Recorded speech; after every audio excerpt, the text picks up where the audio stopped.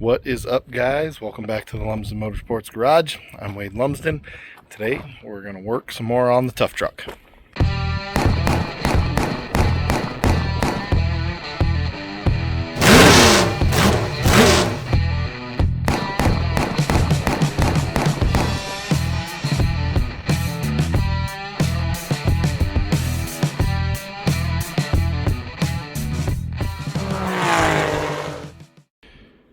Alright, so got the cover off here. Gonna get got myself a new flywheel over there. Gonna get that installed and gonna go ahead and take off a couple more of the unnecessaries. I'm pretty sure this had a throttle input, but we know on a boat it's just a big lever arm, right? So throttle input to here and throttle input to over there, but I believe this had linkage down to like the out drive. I know it didn't have like a real transmission or anything, but like down to the out drive to tell it that it needed to go forward or backwards or whatever. So I guess it was a transmission in boat terms. But anyways, I'm gonna pull off some more of the unnecessary stuff here and then work on getting this mated.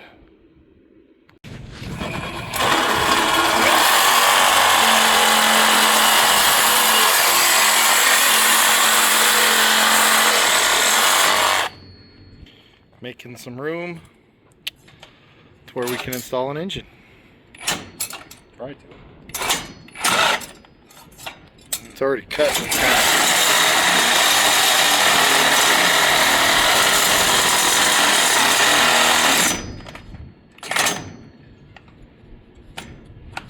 That one's wedged too.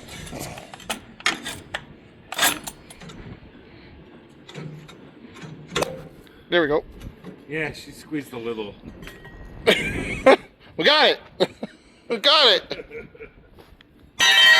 All right, and then if I zoom way in, there it is. Whoa, way in. Look, there's an engine in the air. You ready to start to see if we can make it fit? Sure. All right. Okay, so kind of what we thought here. Trying to come in, and we're hung up over here. And we're hung up over here. So we're going to remove this bracket because it's easy to get to without removing all of that mess here. Looks like it's 3 bolts or whatever. We'll get the alternator kind of and bracket kind of swung out of the way. And then I think we can get her back in there. But you know, as big a hole as we cut, we needed it. Every last bit of it. Yeah, there's not a whole lot of extra space to get. Yeah. All right. We're gonna take this off and have back at it. Okay, this has been absolute madness, huh? It's been fun. Yeah. Okay. So Need a bigger shoehorn. need a bigger shoehorn. We had to take that off the alternator mount and alternator, and now we're running into the oil filter and all of its bracketry, just barely over here. So we're thinking just a little bit of trim, a little bit more on the firewall there. And then, I mean, we got a back far. It's kind of sitting on, you see how there's a lip right there on this cross member? That's kind of what that's sitting on right now. So we might have to trim the cross member out a little bit, but I think this is also going to come up a little bit. Yeah, I think we're down. We're an inch or two too low right now. Yeah, I think we're down a little lower than we want to be. And then the next big question, you know, we're looking at the hole, and I've told you about the headers that I have, and I don't know, guys. I really don't know if they're going to fit or not. I mean, we can trim out some more floorboard. That's not a big deal, but you can see the motor mount right there, the thing with the hole on it. It's light. I'm being attacked. It's right next to the frame. Can you see the frame too? This, man, you're trying to be the light guy. Here. Okay. This is frame, guys. That's the motor mount, right? So like there's not a whole lot of room, and it's like that on both sides. So We have the transmission back here. We still got some room. We can go up, down with it. We just got it sitting on a jack and a jack stand. We needed to get the forklift we were using out of here.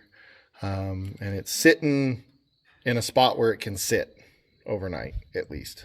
So with that, I think we're gonna call it a night at least. I I really wanted to get a good idea of what we were looking at. Now we keep talking about the weight distribution on this here damn dare truck.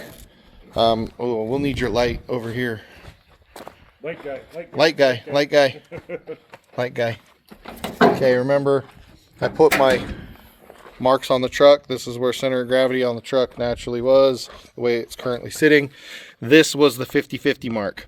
If I can get the center of gravity of the engine here, that should be a 50-50 split. If we come up, that puts, I was trying to come straight across. I actually think that where this is currently sitting, that mark is probably level with that. It's pretty close. Rear spark plug. Yeah. What do you think? Come up the door here. It's just in front of this bar, which is about where that spark plug's at. So I currently have the center of gravity slightly behind the 50-50 mark. Yeah. Yeah. So we'll go back over here where there's light. More light. Light guy. So again, I'm not the off-road racing guy. So I did some research and I found that like pre-runners, they want like 53, 54, 55% front weight, right, so that they can steer, right? I saw that like desert trophy trucks try for a 50-50 balance, like try to be perfect. And then I looked up like Lucas Oil off-road short course stuff, and supposedly those are 60% rear weight, 40% front weight. So, which I mean kind of makes sense. They're also four-wheel drive. Right. And anytime they're going to do cornering, they're going to be on the brake.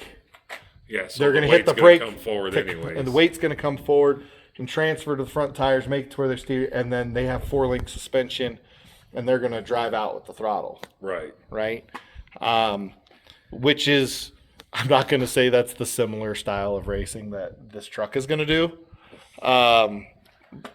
but it's closer. We're not wide open throttle trying to keep steering. No, most everything, there's a whole lot of braking in what we do. Yeah. Jumping. A lot more cornering. Braking. Yeah. Yeah.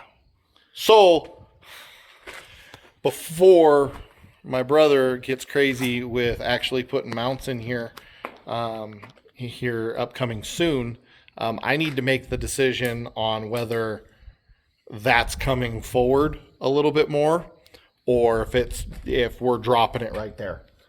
How do you feel? I think it'd be fine right where it's at. Yeah. I think for what we're doing, you get more air time than full throttle time. So less nose diving is better. You're right. I mean that's true. That's my opinion. Yeah. So we have some opportunity here to do some cool stuff.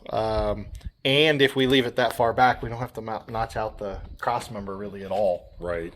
Because we were talking about where the oil filter used to come through, that big hole in the cross member, like notching that piece out and boxing it off just to make some clearance. But on the other hand, why? When we can just set it behind it? Back behind it, leave the cross member alone, then we don't have to worry about suspension. Yeah, and I mean, so not a crazy crazy race truck, right? So if my weight balance is completely off, we can do what I did before, right? I put the fuel cell over slash kind of behind the rear axle to Right. get more rear weight when the motor was way up front. I'm pointing and you guys can't see it. Yeah. When the motor was way up front, but I can always move the fuel cell forward. Yeah. I can always put chunks of lead in all of the open space for activities if I have to. You might be able to squeeze a little bit in there somewhere. Yeah, I Like, the whole area the old motor used to sit. Yeah, yeah. It's kind of like the front of the engines where the transmission used to start, huh? Right. Pretty close. Yeah. So I don't know, guys.